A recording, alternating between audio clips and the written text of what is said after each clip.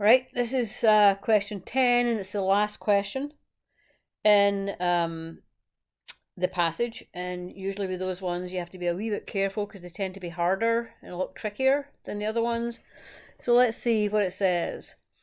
Based on the description of a lahar deposit, okay, and we looked at that in earlier questions, how do clasts and matrix particles differ in size?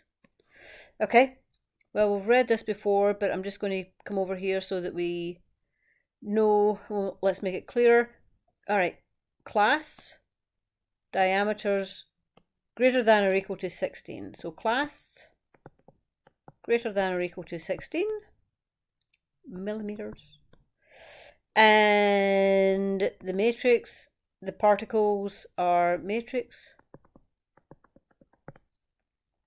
They are less than or equal to 8 millimeters. All right. So let's look at the answer choices. We've worked that out. That's the information that we have. So let's look. Any clast is larger than the largest matrix particle. Any clast is larger. Clasts are 16 plus. Matrix is 8 minus, if you like. Is larger. Well, this is always 16 or above. And the matrix, the biggest the matrix gets, the largest matrix particle is 8. The smallest clast is 16. So that's the answer, is F. I can't believe that. That seems overly simple, but it is. I can't believe they've done that.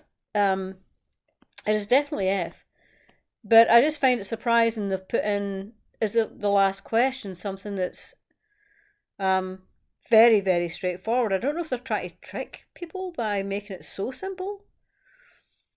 But yeah, any clast is larger than the largest matrix particle. Yes, it is. This can never be less than 16, and this can never be greater than 8.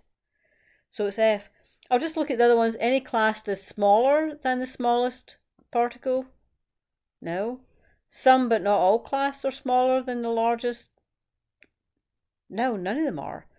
Some but not all matrix particles are larger than the smallest class. No, it never even reaches the smallest class because this is the biggest is 8 and the smallest is 16. All right, well, I guess there's an exception that proves the rule, and this is it.